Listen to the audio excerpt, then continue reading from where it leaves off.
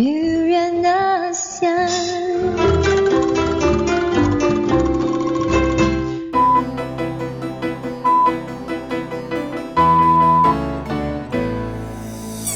As Thailand is now in an unusual situation in terms of politics, we are waiting for the election to come, which is still uncertain. It is not so easy situation for the media to function, although we continue to do what we used to do in the past. And what worries me is that right now there is a draft bill called Digital Economy Bill, which put a focus on internal security, on national security. The bill, if passed the parliament, will allow the government to get access to personal computer or any digital or online gadgets of citizens for the reason of national security.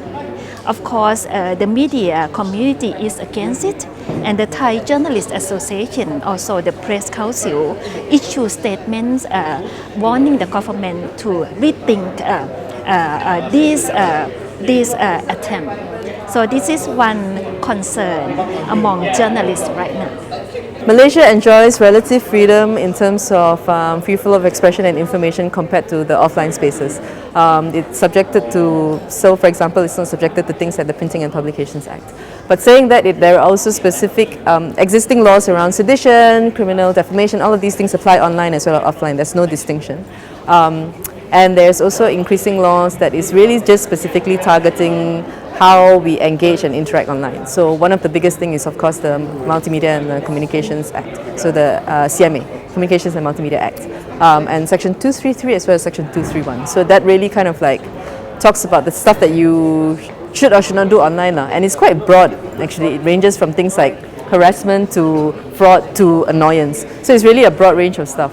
But you can see how it's been used recently. That's the way to kind of like figure out how particular laws can be implemented. So you kind of like track how it has been utilized in the past. I think the first time it was used was 2008 or 2009. The law has been around since early 90s or late 80s, but it hasn't been used until 2009. And it has been used to kind of like really look at specific kinds of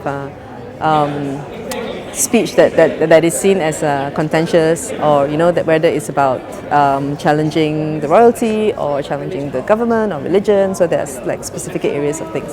But saying that, relatively, it's still we still have quite a fairly open communications culture. We still, as a nation, we still definitely believe that it's our right to be able to say what we want, online at least, and to be able to get access to information. And I think that approach and attitude is actually very important, because that also sets the tone in terms of what we are demanding from our government, or what we're demanding from each other, that we don't, this is not something we accept in terms of like censorship or intimidation and stuff. DurianASEAN.